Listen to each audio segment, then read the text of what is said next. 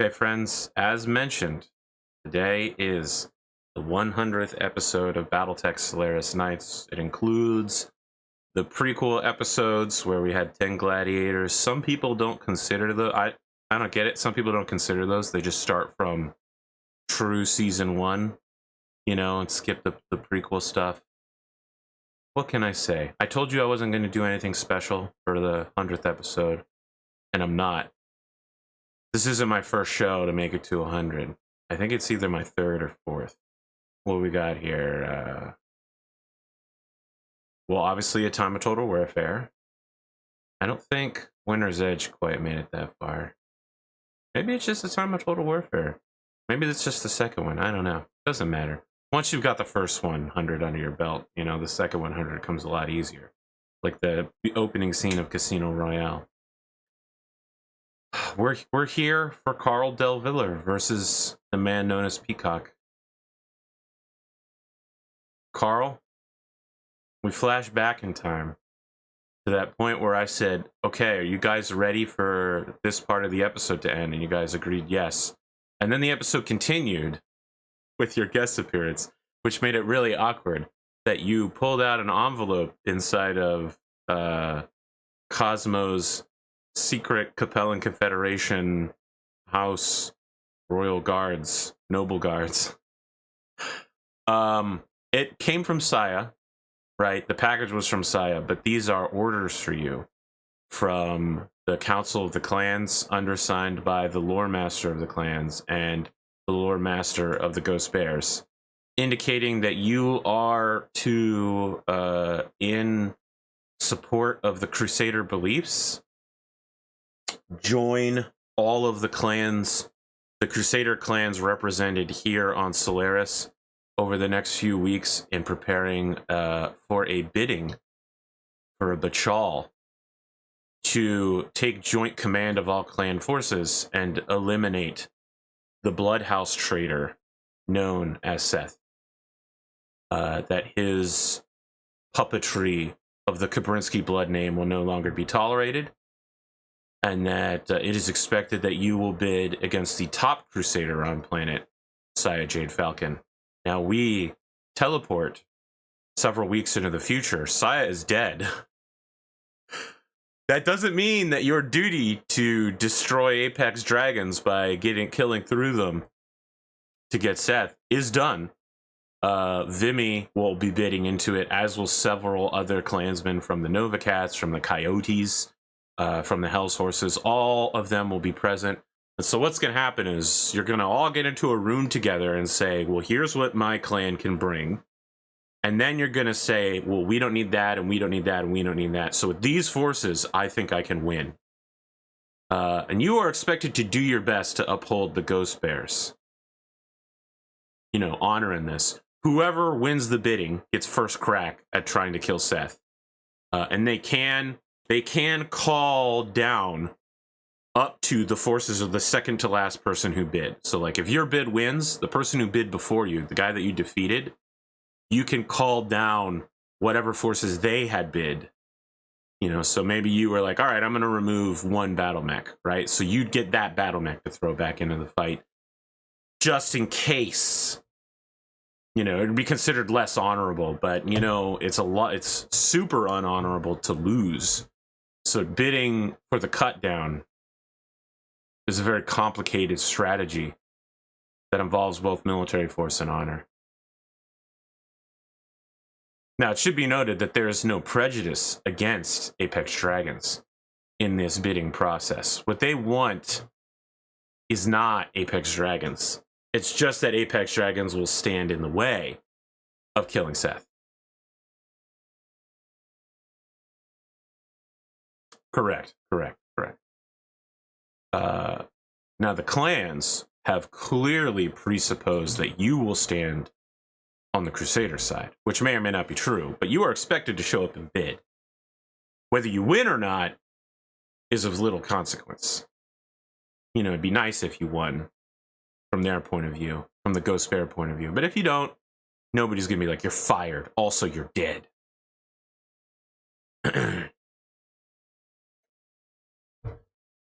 Whoa, hold on. several weeks after you get this message, but before we've arrived in the current time, you receive a message from your commanding officer, Star Colonel, indicating for you not to try very hard. That winning this bid on behalf of the Ghost Bears is not important. And that supporting the Crusader cause, it should not be said to other clansmen. Supporting the Crusader cause is no longer a top priority of the Ghost Bears. No one would ever tell you not to do your best, but if you don't, your Star Colonel's not gonna be looking at taking your stars away off your shoulders.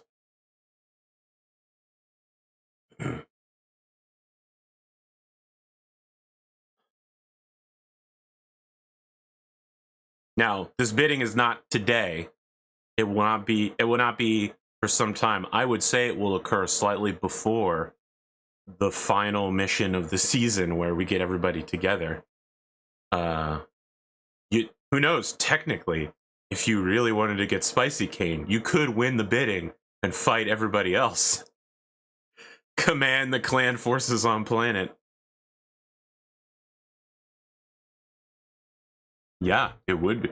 It would not be the first time I've seen a player do something completely out of left field. Listen, I've run a lot of D&D, and until last week, I don't think I've ever seen a player take their character and just retire from adventuring like Lawson did in Dawn Agreement, where he was just like, nope, I'm done. I leave. I'm gonna go get a job teaching downriver. I'm done with this. I'm gonna fake my own death.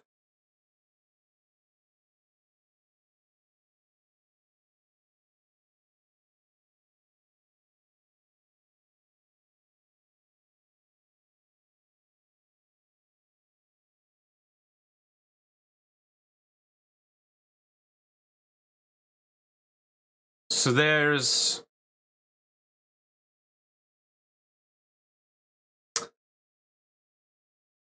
a lot of the clans are being a little cagey about sharing that information. So the Jade Falcons have a star of mechs left, minus 2 pilots.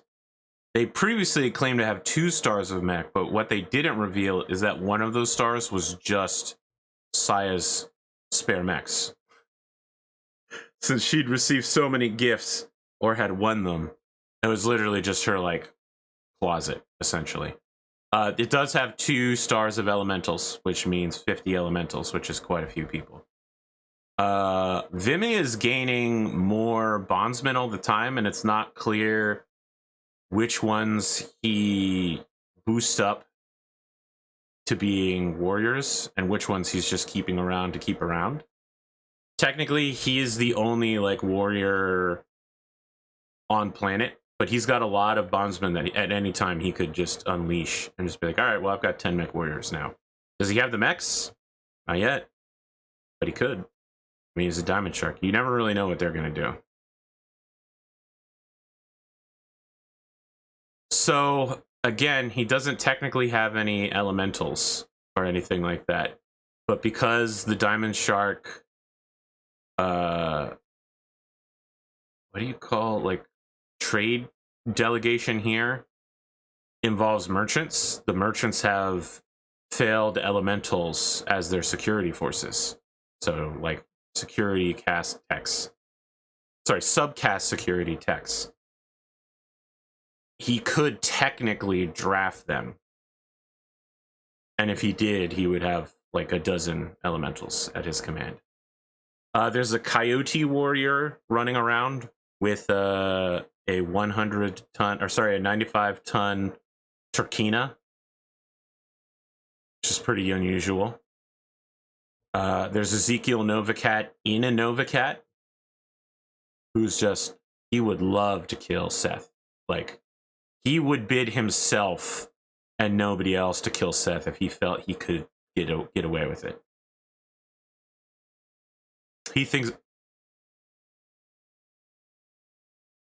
Yeah, exactly. He might even do a 2-on-1, is what he indicates to everybody. Like, He thinks he could take down 2 Seths. Not only does he think it, he says he said a vision that he will be the one to kill Seth. A spiritual vision, yeah. That wraps up generally the forces on planet. Now, you might be thinking to yourself, there's like a star of unused Jade Falcon mechs. Well, Vimy could challenge to try to take control of those mechs at any time and throw some bondsmen in them, make them warriors. And so it's really fluid, the situation of just how many clan warriors there are on planet. Now, that's not even including people like Seth, who kind of are here unofficially, you know, not really. Well, I mean, original Seth here unofficially, or like Saya, right? Like cast off clan warriors. Are they really still clan warriors? It's not clear what their status is, right? All right, that covers that, unless you have any more questions.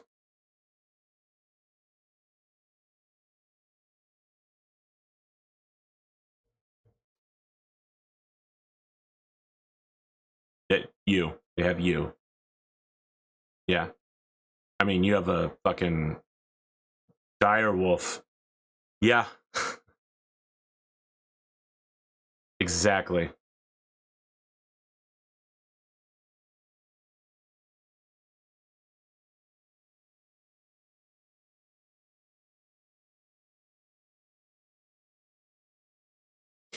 No. You're not just bidding Ghost Bear forces. You're bidding all of the clans are coming together.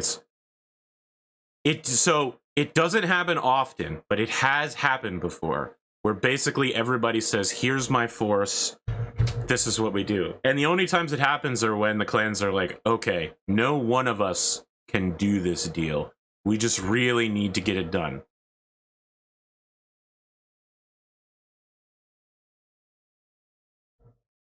They want to get it done real bad. Real bad.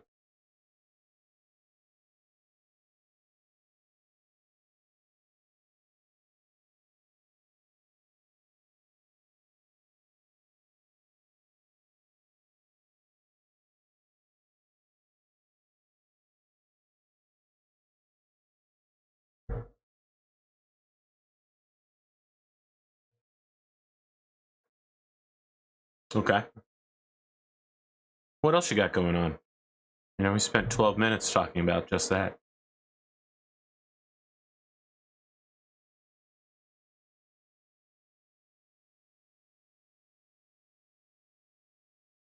That's true. It's true. They do have it routinely. Those vigils are no longer popular. In the wake of Lynn Hilder's fall from grace, it was kind of assumed that she would have the good sense to not show her face at the vigils.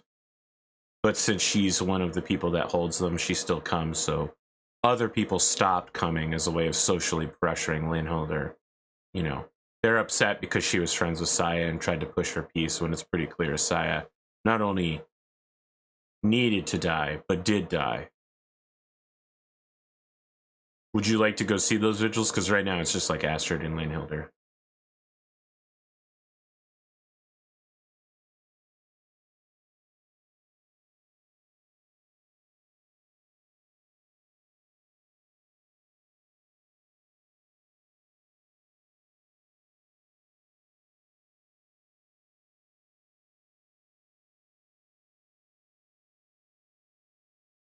Ooh.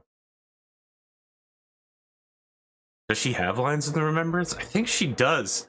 She does. It's just like the suicidal angel or something like that, right? Because she killed an Ilkhan, so it's a pretty big deal.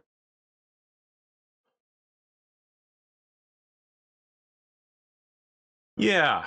So, look, they are courteous individuals, Astrid and Lynn Hilder. They're not going to turn you away. I would say that the Rasselhagian people are people, I mean, they're literally Sweden and Japanese combined. These are people who have been trained through 2 genetic lines to not show emotions on their face. The Viking and the Japanese samurai. So they would never point out to you how gauche it is for you to show up in a clan ghost bear cape to this ceremony. In fact, they pointedly say nothing about it. But they feel it deep in their bones that you know, a clanner would show up in full clan regalia to celebrate this pilot who gave everything to stop the clans, and did stop the clans, and gave the Inner Sphere enough time to get off their knees and fight. They are confused when you read off her lines in the Remembrance. Now, of course, this isn't exactly public knowledge, right? Like, the Remembrance is not, strictly speaking, a printed document. The clans don't do books. They do technical manuals, and that's about it. Knowledge has to be transmitted via word of mouth so that it can be contextually understood by the day and time, right? Now, that's their way of making it so that the scientist caste doesn't rule over all of them, and that, you know, none of those lower castes get ideas like freedom and liberty and self-autonomy and shit like that. The kind of things that drove the Inner Sphere to chaos and destroyed everything. No. Letting the warriors decide what's right and only telling people as little as possible is the best way to run society. So when you tell them that she has lines in Remembrance, this is literally news to them.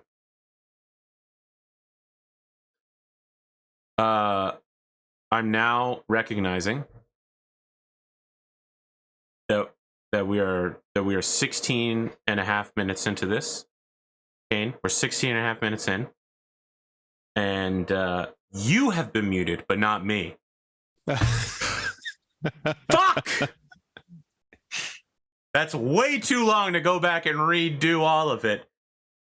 Oh my god.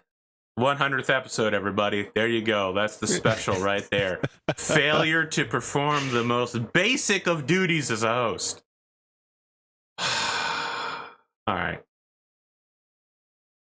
I hope contextually people understood what was going on by my responses. I'm going to get... Listen, I haven't gotten a lot of YouTube comments lately. I'm going to get fucking roasted for this episode. Just know it. Just know it's going to be 3 people who are confused and haven't looked at the comment section yet to comment saying the video was muted in the first half, Arthur. You know, like, just know that's exactly what's going to happen. And then there's going to be other shits just dogpiling on me. Just a dogpile. Yeah. I already know it'll happen. Don't worry about it. Don't worry about it. I know. I've got an eye on you, audience. I know how you operate. I've known you for years. So I'm now vocalizing properly. Oh, yes, you are now. Okay. You're in the vocal zone. Please continue with whatever we were doing before I fucked up colossally. Well, even though some context has probably gone pretty well, I showed up to the Russell Hague. Yeah.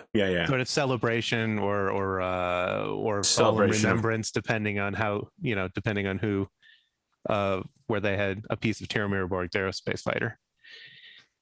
So Astrid is deeply emotionally affected by your words, right? That someone would care to remember a free Rasselhag Republic pilot. Terramiraborg is not an Inner Sphere hero, right? Like, they basically have forgotten the free Rasselhag Republic even exists. They have like 6 worlds left. What used to be the free Rasselhag Republic is now half Ghost Bear and half Wolf. So, you know. He's not, he reads the lines and then he'll step back. So he's not. Okay. So he's behind the rest of them. No. It's just the 2 of them. So they step in to form a triangle with you. You know. Okay. You know, Astrid tries to put a hand around your shoulder if you're into that.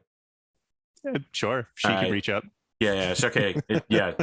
So it's more like she puts a hand on your back, but puts a hand on Linhilder's shoulder, and you guys form like a trio, and Astrid is just babbling in Swedenese about something, and Linhilder's just nodding occasionally and like mouthing to you what the English translation of it would be, you know, like for her, Terramiraborg has become more than just a person. She is I know Kane might know this, but I don't think Karl delVillar knows it, that for Astrid, she's someone looking to make sense of why the Free Rasselhag Republic fell. Whether it's clan military philosophy or inner sphere or ancient, philosophy, she wants to know why is it out of all the destinies, out of all the lucks, that the Free Rasselhag Republic was the one to eat shit, and more importantly, why they lost. They had a pretty good military. It wasn't the best in the inner sphere, but they had a lot of very motivated. They were essentially born from being an armed militia camp that nobody else wanted to touch. They're like a porcupine. You get near it, and they're like, "Oh, we're gonna take Russell. Oh, well, oh, no, okay. You just do what you want, Rasselhag. All right, okay." I mean, that's what happened. The Lyrans were like, "We don't want it," and the Cretans were like, "Oh, you guys don't want it? We don't want it either. No, no, thanks, no thanks. We're sending it back to the chef." That's too rare for us. It's too rare. We prefer well done.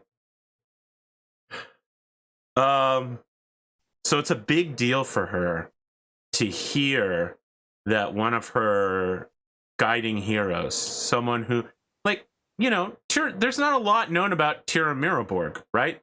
She didn't have a political manifesto. She was just the daughter of a governor, essentially. She didn't have any strong beliefs. She didn't leave behind a diary or a memoir. She just fought for freedom as a member of the Kungsarm and died, for freedom. And the idea that her sacrifice is being honored even by her enemies is big for Astrid. That perhaps sacrifice is really the driving motivation of the Free Rasselhag Republic, at least of what's left. That they will lose no more because every one of them will sacrifice whatever it takes to keep the traditions of the Swedenese people alive. Okay, so she's just undergoing, like a political revolution in front of you. Okay. Yeah. Essentially just made like a hardened terrorist, essentially. I mean, technically she fights for her state, so I don't know that I would call her a terrorist, but let's call her a highly motivated, well, she's part of the Air Force, so you know what? Let's just make an Air Force joke about that and let it pass. Yeah, he's also very curious to see what the rest of their remembrance ceremony is.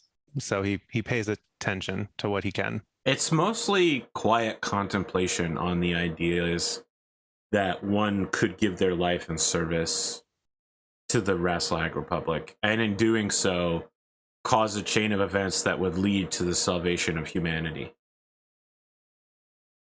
There are other heroes of the clan war that have risen into greater significance across the inner sphere. Kyle the Liao, Felin Kell, Hans Davian, Theodore Carita, Jamie Wolf. These are people who have, well, most of them lived through the clan war, most, and continue to perform many operations. Those of them that I've listed, none of them died giving their lives for, it's just Tira is the big hero of the war who dies. Of course, millions of Inner Sphere citizens gave their lives versus the clans, but no one remembers their names, right? Like, they don't have memorials, not like Felin Kell, Khan of the Wolves in Exile. Like, that's a household name right there. Tira is being forgotten by time.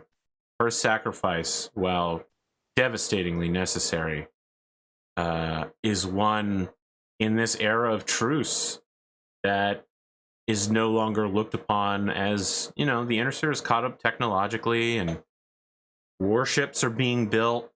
We really want people to believe that driving yourself suicidally into an enemy ship is a good idea, right? Her memory isn't just being forgotten by time, it's also kind of being suppressed by major militaries as like a bad idea. We probably should not promote a sort of suicide detachment mentality. It's not good for long-term military operations. No headbands. Is that what that's called? No headbands? No, I was just making a reference to Japanese pilots. Oh, yeah. Well, I guess a lot of them were Korean, but don't worry. In several of the Battletech novels, suicidal Draconis Combine agents wear headbands as well for the Black Dragon Society. Okay, well, that was an accidental reference then. I didn't know about that. Well, you know, you haven't read tons and tons of Battletech novels. I mean, you know, a lot of Battletech is based off of World War II allegories, or even World War I allegories. The great Russian general who leaves with all the military forces. Just like the, what were they called? The White Cossacks? Anyway. It's complicated up here on this roof. Yeah. There's 3 people, and yet it represents kind of 3 factions of the inner, well, I mean, I don't know. Technically, the Ghost Bears are like 1 year away from announcing to everybody, like, yo, what up, dudes? We're going to live in the inner sphere now, man. It's way closer to Earth. Suck it. Housewarming party, guys? Surprise housewarming party? They don't just move. So they're in the process of doing it right now. Like, for some reason, only in Battletech could this work, right? That you could move millions and millions of people like 40 transit jumps in both directions, right? Surely someone would have looked outside one of the jump stations and been like, isn't that like the 5th Ghost Bear fleet with like dozens and dozens of ship to be through here this week? Should we say something to like anyone at any point? Like, that's a lot of Ghost Bear ship, and it's the same ships over and over again. Like, how did they fool people? Surely someone just landed on Arcadia at some point and was like, why is half the planet abandoned? Like, there's whole cities that are just fucking empty, dudes. Like, you guys got a plague going on or something? Like, only in Battletech universe could you get away with moving hundreds of millions of people to the inner sphere and no one notices. But that's what's happening right now, is the Ghost Bear is in the process of moving everybody, including their entire government and production, to the inner sphere, and then just being like, yo, what up? Ghost Bear's in the house. Inner sphere for life. They like remote telecall in back home from then on. Like, whenever somebody needs them to appear in a clan council, they just show up with like Cisco systems. You know what I mean? They just call in. Clan Zoom over the whisper. Yeah. I guess, you know, I watched an episode of 24, right? And because 24 was made by Fox, they use Cisco systems for everything. Yeah. And now I can't. Zoom would have been the wow. Zoom would have been the 10 years more relevant reference by far. Thank you.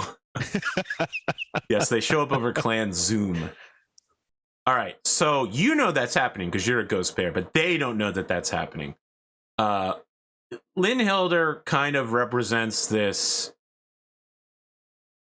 peaceful Free Rasselhag Republic. Not exactly peaceful, but let's say her political views are extremely moderate, and realpolitik, she recognizes that there are only 6 worlds left, and they're probably never going to retake any significant territory from the clans. And as a result, they're always going to be like, this thing with Comstar is not temporary, it's permanent. Their worlds will be garrisoned by Comstar divisions. Like, independence is not really an option on the table anymore. What they need to do is secure the best autonomy they can and guide the inner sphere with their lessons to keep the memory of the Free Rasselhag Republic alive. Astrid thinks that one day they're going to take back Rasselhag. They're just going to kick the wolves and or ghost bears, depending on what year it is, off the planet and reclaim it. The prince is alive. It is known that Prince Ragnar Magnusson is now Ragnar of the wolf and or ghost bear, again, depending on what year it is. He is technically the... Sorry, this is a Battletech thing. All right, so in the Free Rasselhag Republic, they elect their nobility. So Ragnar is technically the inheritor of an elected title, to which he would eventually be reelected to, of course, because you reelect the prince. Free Rasselhag Republic is fucked up, guys. Doesn't make any goddamn sense. There's a lot of governments in Battletech that would not structurally survive their own bullshit. Yeah.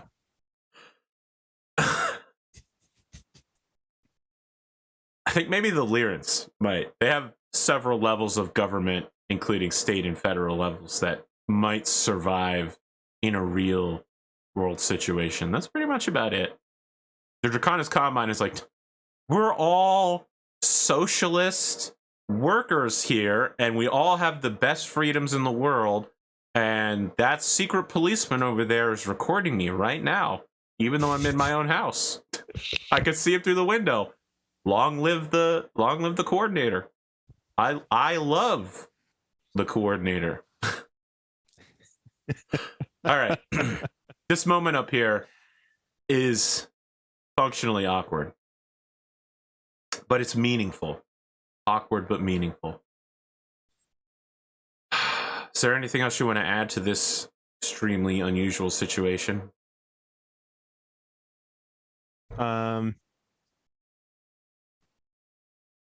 I think for future occurrences of this, out of sort of a sense of curiosity at the very least, he would like to attend the future ones, but he won't show up with his cape and mask for those. He's already said his lines in the Remembrance. They would like to invite you to sit down and eat a traditional Swedenese dish with them. It's surströmming stuffed with kimchi. Sure. All right. I want you to imagine the worst smelling thing that has ever existed. I want to be clear here. There has been a court case where a guy was accused of like chemical poison bombing a building by eating surströmming a bunch.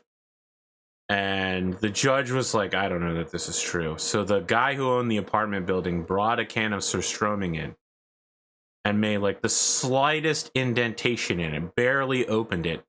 And everyone in the courtroom began vomiting and gagging. And the judge, when he could speak, instantly awarded the apartment builder his damages awards. All right. This shit, the smell, it's small, but the smell spreads incredibly quickly across vast spaces. It's a herring from brackish waters with a little bit of salt that rots and ferments at the same time. And then it is stuffed with what is essentially like salty Asian cabbage. Well, that doesn't sound terribly appetizing. Yeah, but you know what? It's surprise. Listen, as long as you have a taste for salt, it's surprisingly good. Now, you're pretty sure if you ate this every day, even as an elemental, your blood pressure would skyrocket and you would die. I mean, it is salty. But, you know, you eat it with some stuff that could use a little salt in its life, like a potato, right? And some onions and a little, you know, tomato. It's pretty good. The smell is awful, though. You have to, like, the whole meal. Oh, sure. Too. What's the one with sharks? A Karl? That's not Swedish, but it is Norwegian. So that's where they take a shark head and they bury it for a few seasons until it smells like piss. Because it ferments urea, which is the smelly part of your urine. Guys, as humans, we've discovered some crazy ass shit, man. That is a lot of really random food knowledge. Oh man, listen, across the world we have done insane things with food, right? Like the idea of sitting down and having a burger every day is so normie now, but even 50 years ago that would have been crazy. Right, maybe like 70 years ago. before the 1950s, before the America's, roaring times with roller skates and milkshake. What do they call it when you went down and got a milkshake for a dime? Isn't there a fucking name for that place? I don't know. Don't worry about it. I don't know. I'm showing my age now. I'm riddled by age. What else you got before your interview? I think that's what I wanted. That's what I wanted to take care of before the interview. You are, before your interview, offered a can of energy drink carbonated soda made by your opponent. If you'd like to taste it before the interview, they're essentially offering you, like a free taste.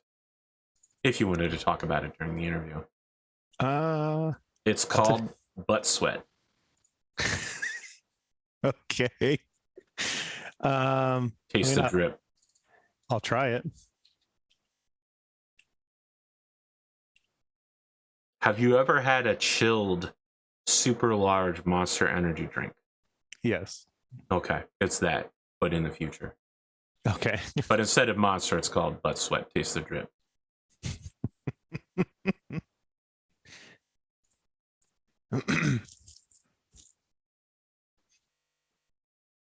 Well, it's probably having done the energy drink thing. I don't think that energy drink flavor is something that Karl's really into. Yeah. I can understand that.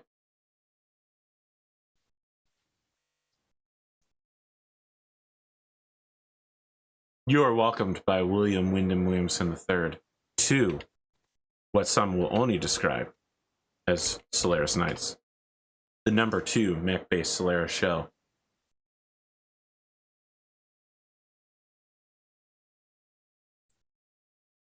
Oh.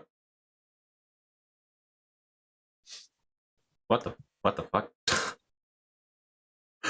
Sorry, I just got an email that my package arrived. We should be okay. I have a shipment of frozen food that just arrived 2 days early. And I'm like, in this economy? 2 days early? That is impressive. It is impressive. I think so too. Yeah. Karl delVillar, Star Commander. I wanted to ask, we haven't, sometimes when Apex Dragons Gladiators come on, I ask them questions about what's happening elsewhere in their stable. I tried to avoid that with the Hillbilly yesterday, but I wanted to get with you and get your perspective on what happened during what can only be called the Seth-isode. You are referring to the battle between the Jade Falcon Warriors and Apex Dragon. Yes. Some would call it episode 98 of Solaris Nights. The 98th time someone appeared on the show. Yeah. I believe that both warriors from Apex Dragons got what they were looking for on that battlefield. I think it would be foolish to deny that both sides entered that battlefield intending to kill the other. What about the Jade Falcons? How do you think this battle went for them? In some part, I was surprised that they took this fight the way that it was. But they chose to. The Jade Falcon can sometimes be impatient. Look at this guy. He comes on my show. He shit talks Jade Falcons. I'm gonna be neck deep in Jade Falcon death threats. All right, let's move on. Karl, you've been adjusting to the inner sphere well. You almost got knocked out of your position, but now you're on your way back up. Your opponent, Peacock, the rank 91 holder, has stated that he will, in fact, defeat you today. not just for himself, but also for the coordinator of the Draconis Combine, and that his defeat could only come on the choice of the great dragon god withdrawing its grace from him.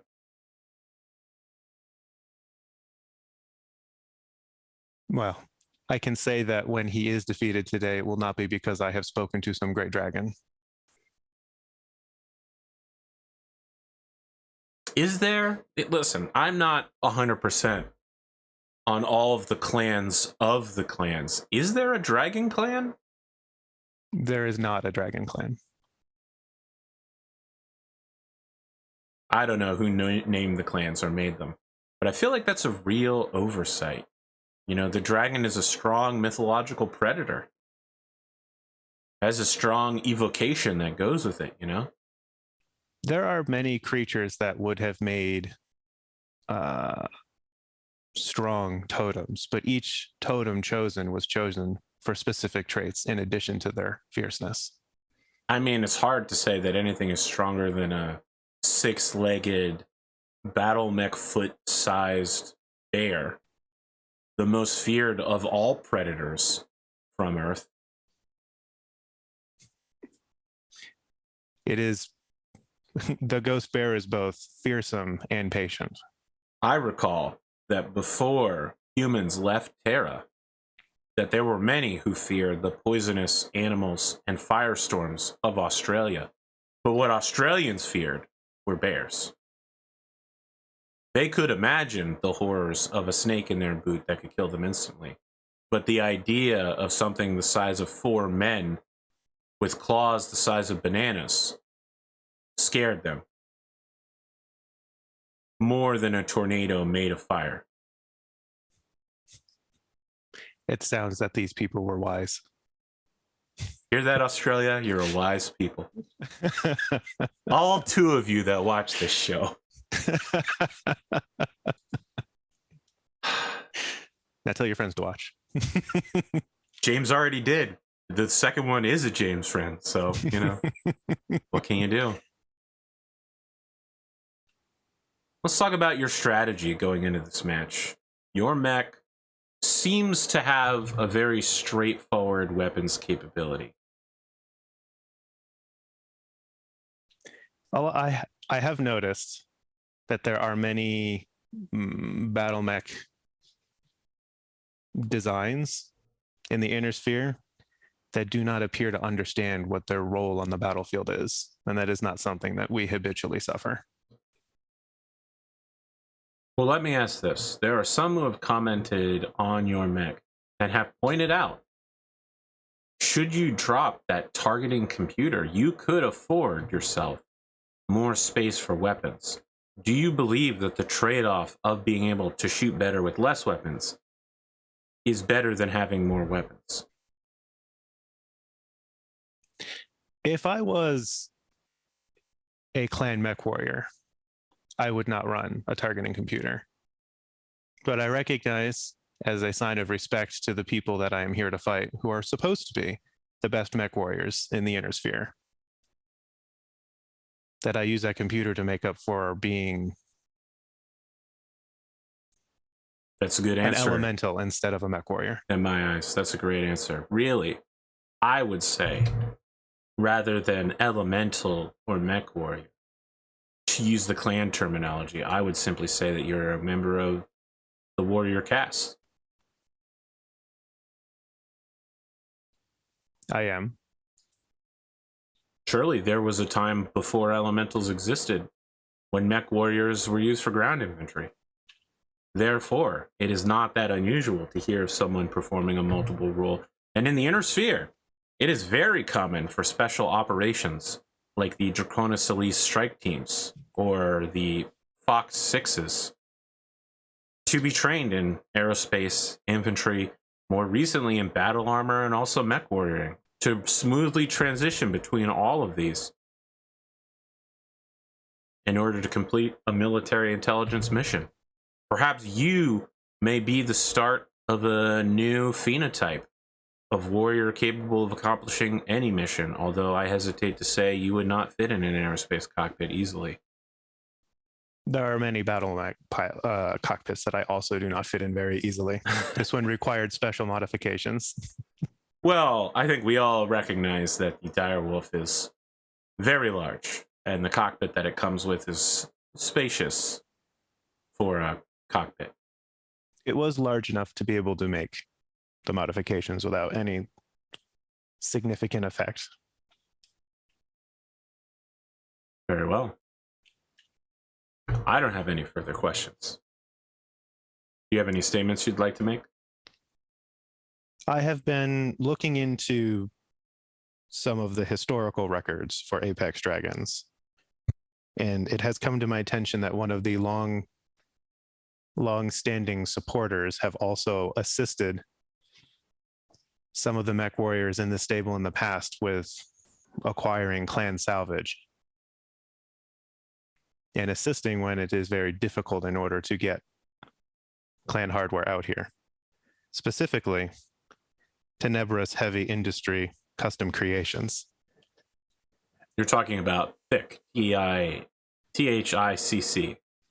Yes.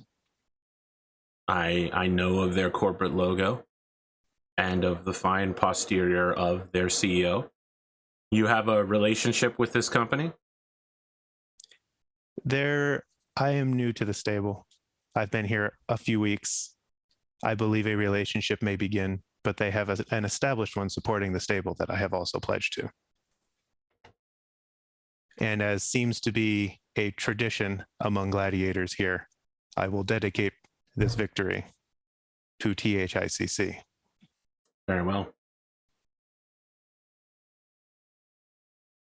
Kane Damiel and also Karl delVillar. I want to describe to you what your opponent's entrance looks like. Boreal Reach, a map we know very well. Essentially, if Hunter McGregor steps foot in here, he instantly loses. It is a holographic battlefield. Now, normally it is made to look like a snowy landscape, but that is not its actual contents. It is a barren room in a factory that has holographic projectors. So even though it may look to be sub-zero freezing, it's room temperature in there. That said, through the mech gate comes but a single man.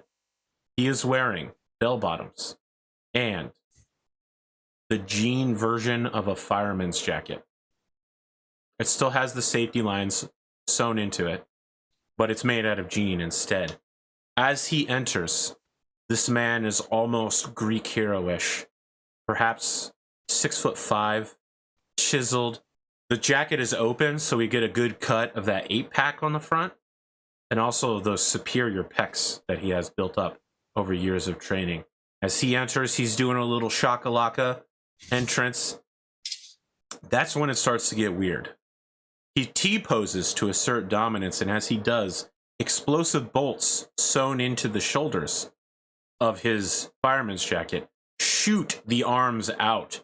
And now we get these ripped body muscles. All right, this is not at an elemental level, but maybe it's the peak of what a non-genetically engineered human is capable of.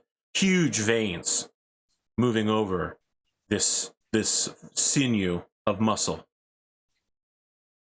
At that moment that you are just suddenly adjusting to this new circumstance, another set of explosive bolts go off in the back of the jacket, which unfurl the mechanical peacock's wings of every color. And that is when he begins dropping his booty down to the floor and twerking. All right, this is Peacock, not the Peacock, Peacock. There is some like Russian high kicks, you know, the traditional Tetris dance, Korobaniki, right? Yeah. But everything involved is meant to either show off his front muscles or his ass. All right. It goes on for like 10 minutes through 3 different musical genres. This is like if someone from the WWE who hasn't been in the ring for 10 years shows up and wasn't announced to show up, but his fans are there and they're like, oh my God, it's Roddy Piper. Holy shit, he came out of retirement. Like that. It's like that for him every day. This is how Peacock lives his life. All right. And the crowd loves it. The crowd absolutely adores this man. Then we get to do your entrance. He's gonna ride in on top of his direwolf while his tribal drum line goes. It is a much shorter intro than Peacock's. Peacock folds his arms, and another set of explosive bolts detaches the mechanical wings off his back.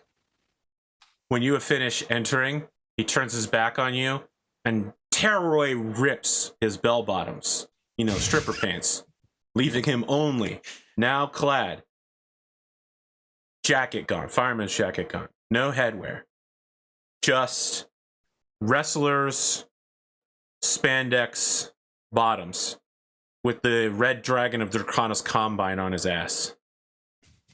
And he looks over his shoulder at you and says, "I'll win or die," as he begins climbing his battle mech, which just enters view, which is the Sunder B, one of the first Intersphere Omni-Mechs that has been made. It is a simple armament, 1 LBX-20 and 2 PPCs. Straightforward. No case. Total mistake. Definitely going to die. We saw this with the Caesar. This is where we're at, though. This is how the Intersphere designs Omni-Mechs. Like, they functionally have no idea how battle mech design goes. Yeah, let's roll some initiative. Let me get my Draki dice. My Ghost Bear dice. 6. That's solid showing over here. Slightly less than half. I got a 5. Great. Please. So you're choosing the side? I am, and I'm choosing up down because I need to get pretty close to you. Yeah. I can't let you stay away from me. You're too dangerous. So do you want the top or do you want the bottom? That's a great question. I will take the bottom.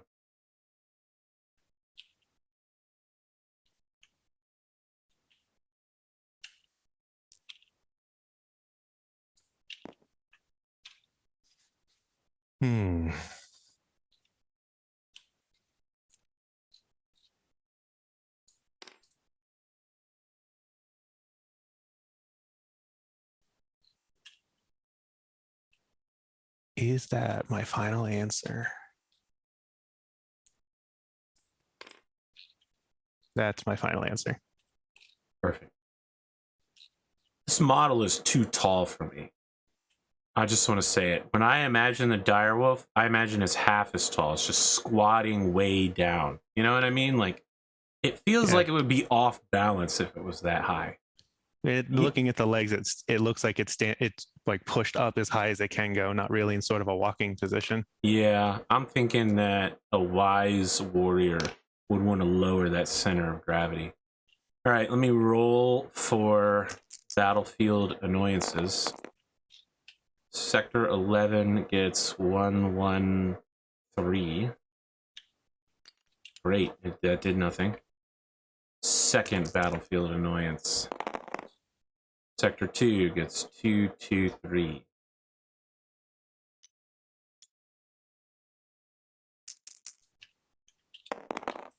$15, 321. Oh, that one might actually work out. Let's roll that initiative dice again. Looking at a 10, seeing a dragon on my die, feeling like the coordinator's behind me. All right, you win initiative. Great, please. I'm going to blow your mind. Yeah. With some amazing tactical weirdness and not move.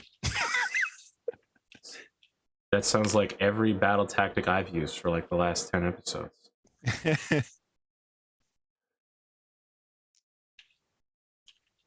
Yeah, this girl is dangerous. It's like poison.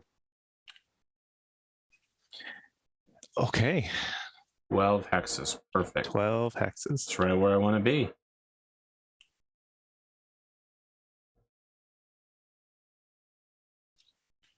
Well, I guess I'm shooting. Please. PPCs over large pulse. This is going to hurt really badly. I am going to use the targeting computer for the PPCs. You're going to use it to target a specific location? I'm going to use it to target the left torso for those PPCs. You're a son of a bitch. All right, just remember, you get a +3 to hit with that. Yeah. Okay. So for the PPCs, 1, 4.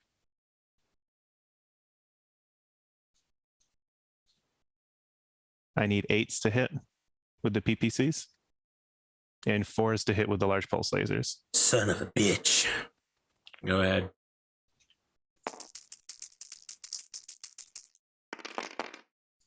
Ooh, that's so close. Yeah, that's what I want to see. Okay. You think you can defeat the premier Omni Mech of the Draconis Combine? Not like that. Not with rolls like this.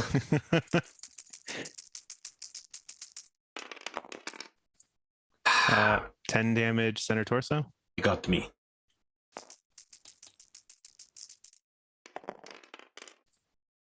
Ten more damage center torso.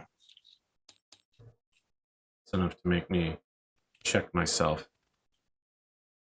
See if I wreck myself. Very well, I would posit to you, sir, 2 PPCs and an LB-20 firing in slug mode. PPC 1 is a hit, center torso for 10. Okay. PPC 2 is a miss. That long range shot. Sluggy hits right torso for 20 points of damage. All right. That will have you checking yourself to see if yourself is also wrecked. You get those track die. Wow. Do I want to blow that early? That would be really awkward. Yeah, that's rough because I rolled a 9. So, I mean, I'm making you look like...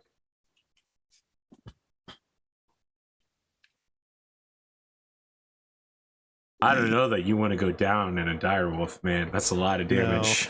No, I will reroll. Good. Use your edge. Okay, I'm standing. For now. For now. I'll get you next time, Gadget. I'll put this over here since I'll All right. probably need that again. Before we roll initiative, let's take a look here. Area 7-2-2-2.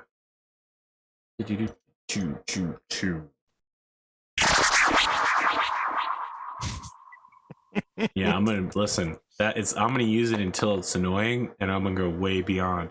3-1-4 at 14.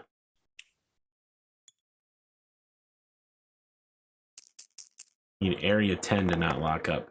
Good. 16 is 3-2-3. It's amazing how every time I have a fight on here, let me say this. It's never a mobility fight.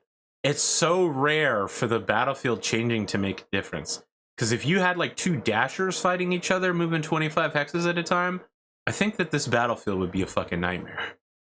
It'd be a lot of running up walls and jumping. I do seem to remember Kyle fighting on here, and he managed to not have to deal with an opponent's cover because he was standing on one of these, and it lifted him high enough. Yeah. So that's rare, though. 4. Fuck. I suppose, where are you gonna go? 11.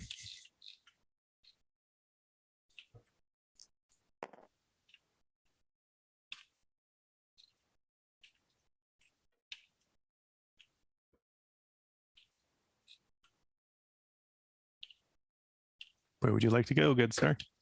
That's a great question. I gotta stop Pondo from memeing incorrectly in Gladiator chat.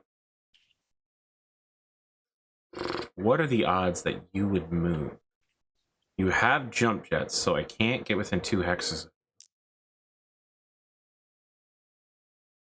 But just getting to here, probably there's nothing you could do that would be really disruptive. 1, 2, 3, 4, 5, 6.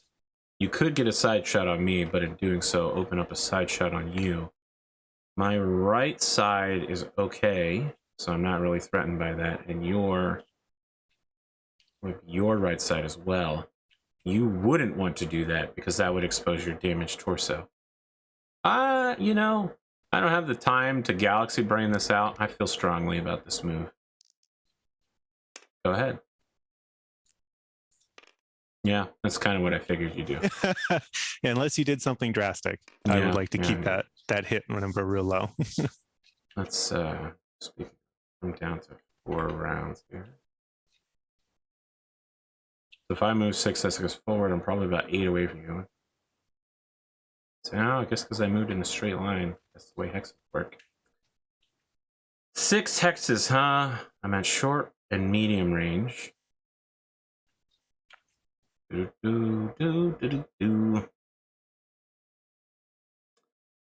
do it. 2, 4.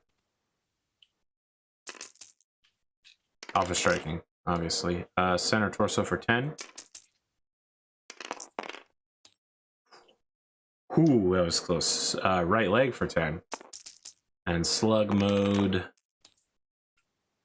Left torso for 20. All right.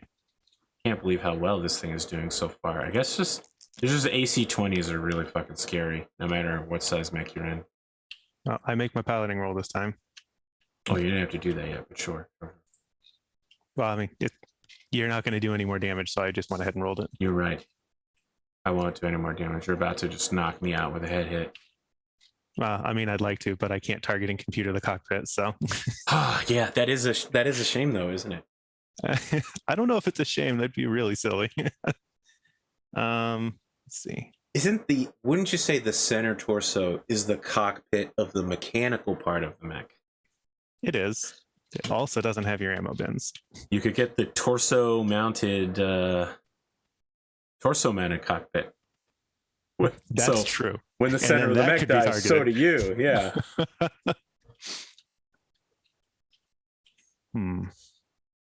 I'm in short range for most of my stuff.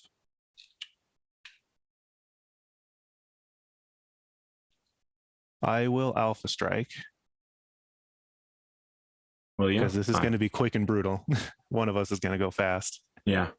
It's probably both of us, actually. It might be. Just deciding if I want to take. So you've been playing this game long enough. You know it's pretty easy to do a double knockout. Yeah.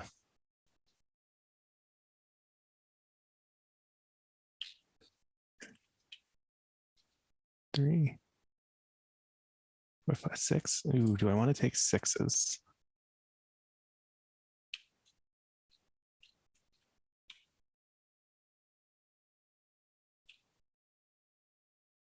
I'll take, yeah.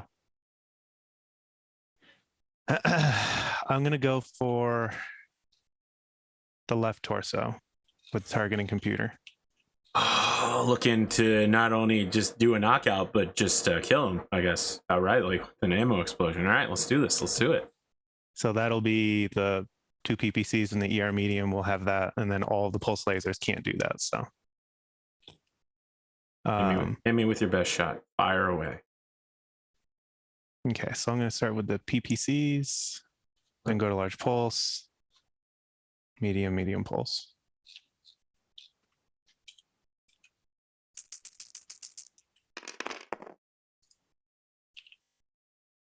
Okay, well, that's a hit with the PPC, but it wasn't a 6, 7, or an 8. So I got to reroll the location. It should die.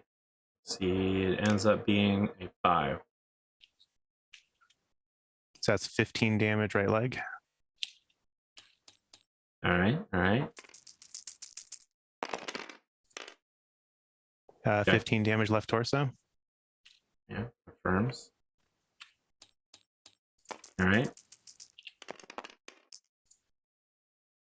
10 damage right arm.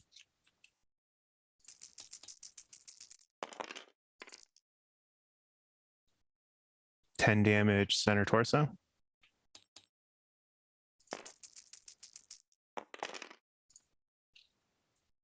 That is 7 damage left torso. ER medium. Yeah. Yeah. Okay. And what's the location here? Left torso. That's going to be 7 more damage. Internal. I have no crits. It's unfortunate for you. It is.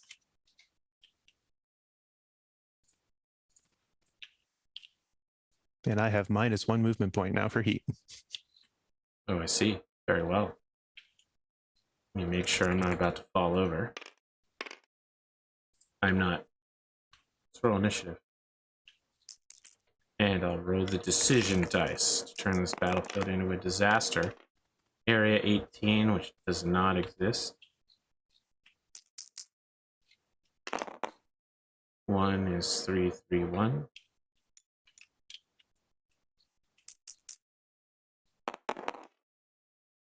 Seventeen is 132.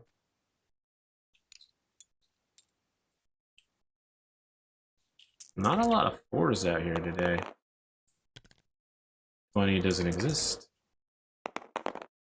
20 still doesn't exist.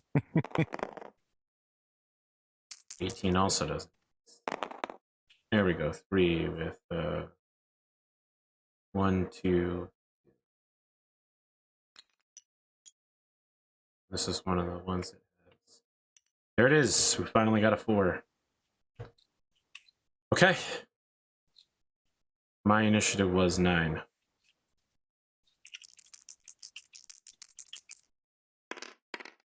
You win initiative. Please go ahead and make my day.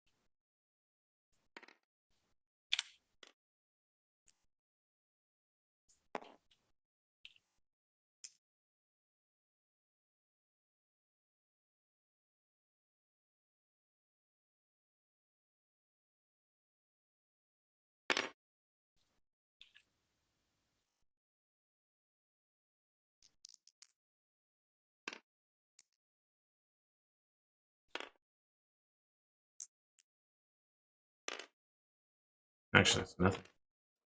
But I need you to shoot at my right side, so, you know. Now, left side components are still on the right side table, right?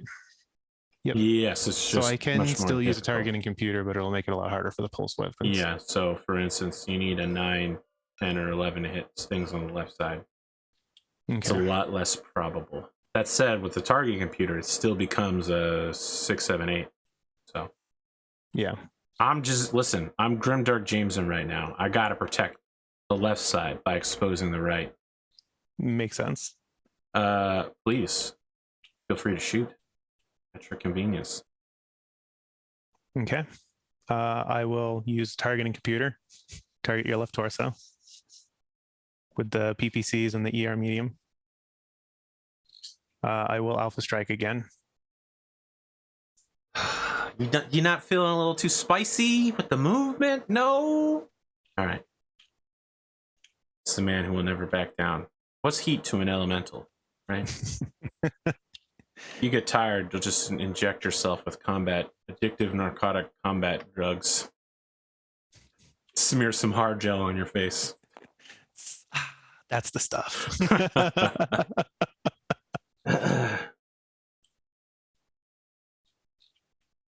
Okay, well, yeah. With no movement on you and we're in short range, it's not a hard shot. Yeah, 4 hexes. Yep. Okay. Well, didn't think PPC, it would be. Weapons all in the same order.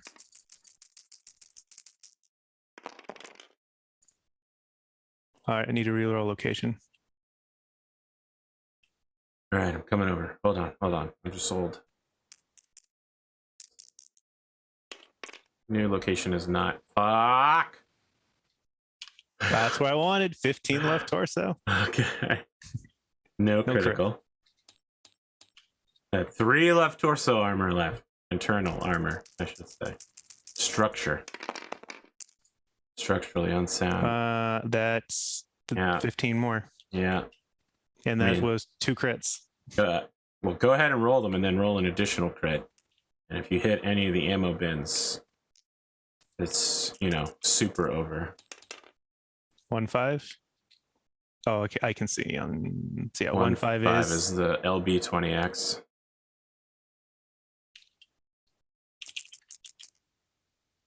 Three, so I'm gonna have to re-roll that. well. Okay, so 5-1. hold That's the cluster ammo. hold on. Your criticals are actually landing in the center torso, which you penetrated, not the left torso. We will roll for the left torso. So sorry, 1-5 is a gyro. And what's the second one? Second one is 5-1. That's engine. No, that's a gyro. Never mind. 5-1 gyros. Yep, that's over. All right, now roll to see if the ammo bins in the left torso explode. So you're rolling to see one. No, you're rolling to see if you get a critical number. Oh, you know, okay. 8 or higher. Nope, I got a 5. Okay, so they don't explode, but the mech now has no engines and no gyro. So not only is it worthless, it also falls over. Oh yeah, it's super dead. Okay. You can keep shooting if you want to kill the pilot. You know, if you care about that. I'll finish the round of fire. All right, go ahead. He came on the field saying he would win or die. So yeah. well, if you destroy another engine, you will stack pull. Now I may use the real stack pulling rules, which involves making another roll, but you could conceivably force a span to explode so badly they may not find all the pieces. That's 10 more damage, center torso. No crit. Okay. More steam. That's 10 damage, right arm. Okay.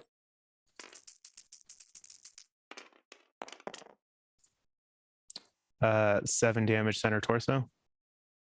No crit. Okay.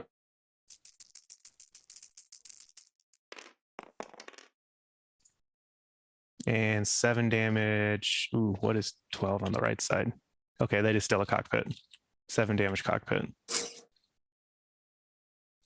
Ooh, you're a bad person. You know that, right? Yes. All right. His mech is exploding. He is awake as it happens. Well, he's awake to use his edge if he needs it at some point here. Yeah. Tactical operations. And so you didn't cause a stack pull. All right, no. That's fine. Let's see what he does to you. Unfortunately, I wish I could say he was going to use cluster rounds on you, but you don't have any holes yet, and I can't rely on that. It's a left arm for 10. That's unfortunate. Okay. Right torso for 10. Okay.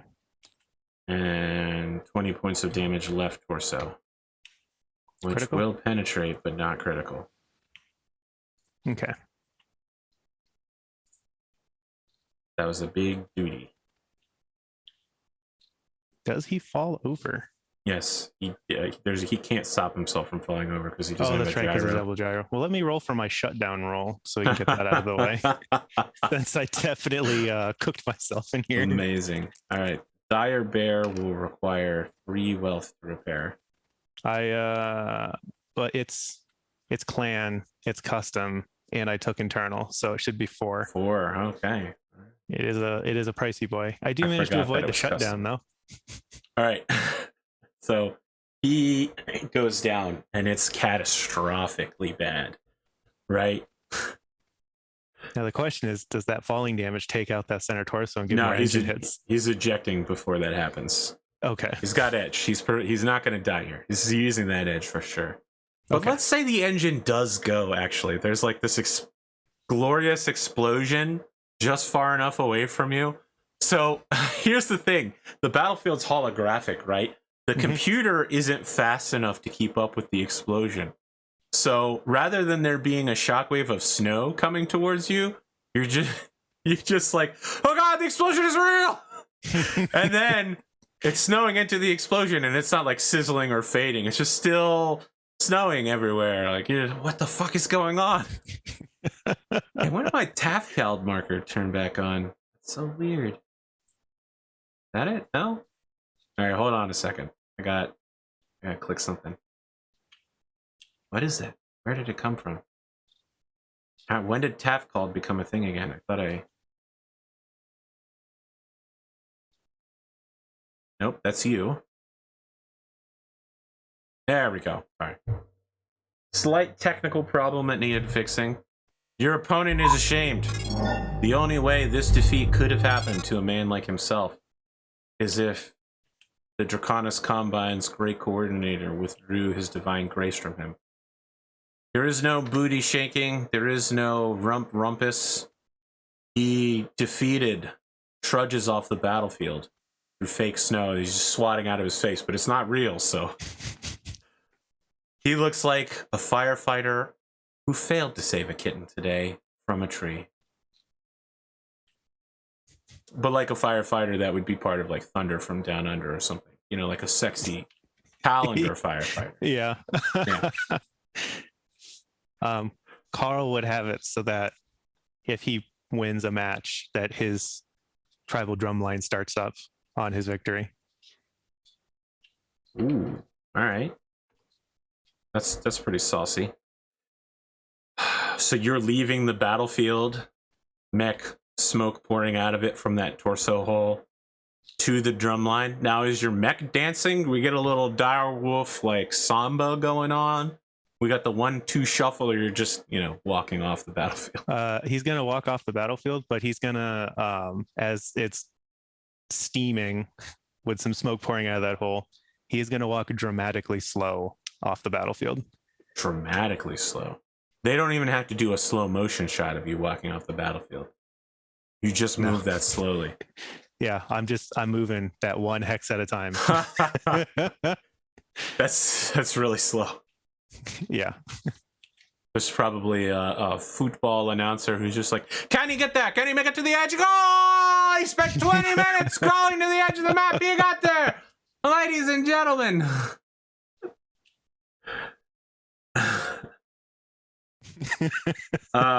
The man formerly known as the artist formerly known as Little Drac is waiting for you at the Solaris Nights set.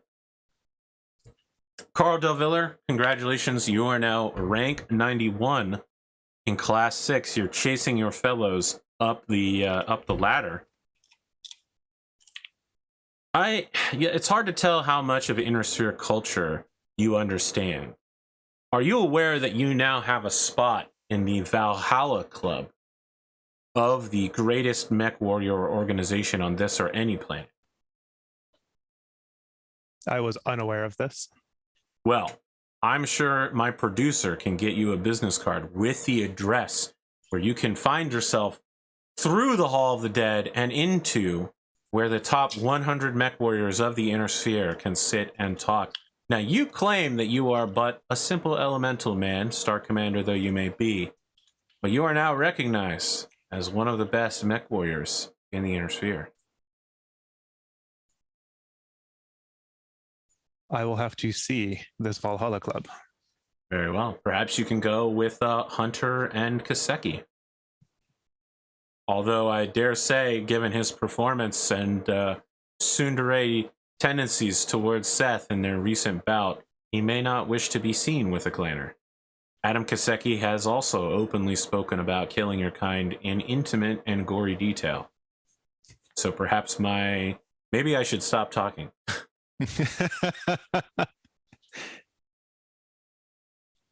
I believe that while I have no problem with them joining me, it is unlikely they will do so. That's very open policy. Let's talk about how your family, if I can use that term, are adjusting here on Solaris. My partner has found the time here to be very educational. There's a lot of history to study here, to catch up on from our time away from the inner sphere. I understand, given a press release from your agency, that you also have a freeborn daughter. How is she adjusting to life in the most inner of inner spheres? We have been ensuring that she receives, that she does not lose her ghost bear way while here, but providing her an opportunity to contrast the reasons why we do things the way we do. It can definitely be said that there's quite a difference between inner sphere and clan education. Yes.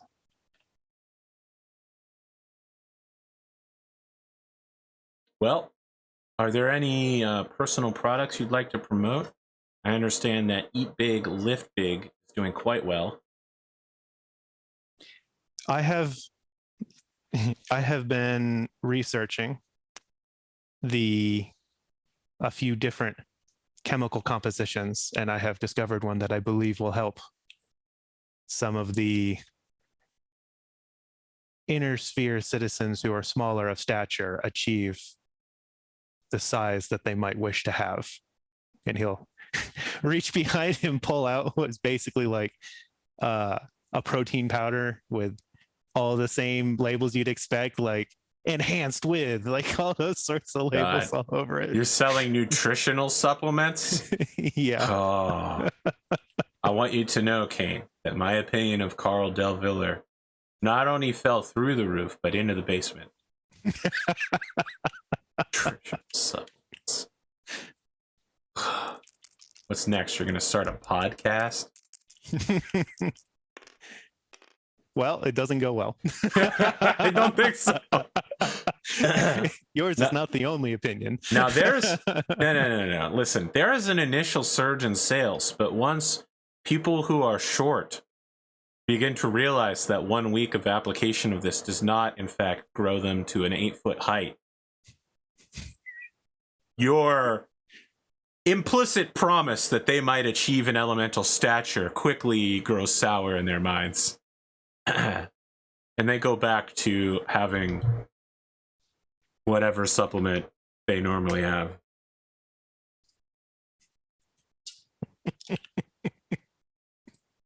Okay. Listen, I'm just going to pass on naming anything specific because I'm trying not to upset people, but I put supplements and cryptocurrency in the same... Now look, I take a daily multivitamin, don't get me wrong. But that's definitely an industry where you spend 10 cents to make $10. All right. You got anything else you'd like to promote and then horrifically fail on? No. You're being investigated for fraud. No. Come on, you're in the supplement business. You don't get investigated. In fact, they give you a government subsidy because you're not making enough money. He would actually, just for the chance of making things go hilariously bad again. He'll try to set up an opportunity to sign posters from carnivores.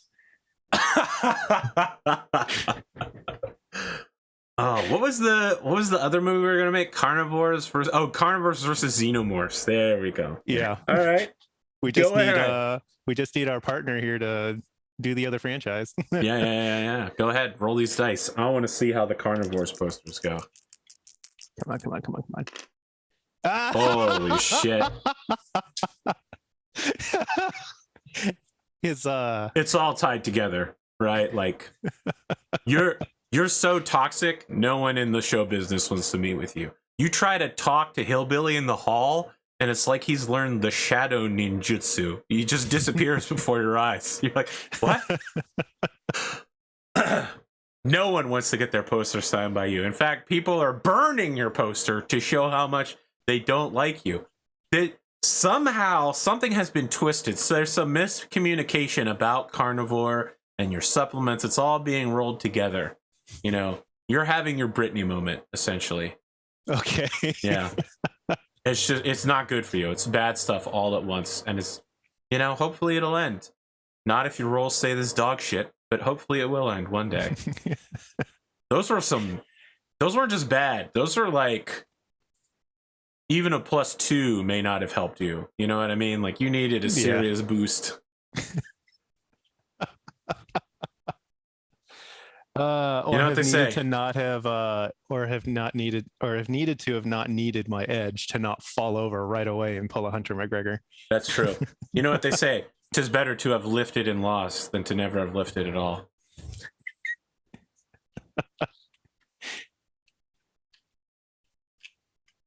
But yeah, that's what I've got. Otherwise, right. there's probably just him studying up on the clan forces so he can figure out how he wants to make an earnest failed bid. just good enough no one to question it, but never good enough to actually win. All right. So you don't. We'll skip having that actual episode, but you're not interested in trying to kill Seth and Apex Dragons. All right. I'm not interested in fighting Apex Dragons. And as long as we're on the same page. And more specifically, while he finds Seth amusing and he does enjoy his time with Apex Dragons, more importantly, he does not want to command a Crusader force. Wow. I mean, that's good for me, because I think the Crusader philosophy is bullshit, but... Yeah. All right. You guaranteed victory? Yes. So you get an experience point or glory. And THICC gets a wealth. I already gave it to them earlier. Okay. While I was memeing. I can meme and type at the same time. And I will train with Brody. Okay.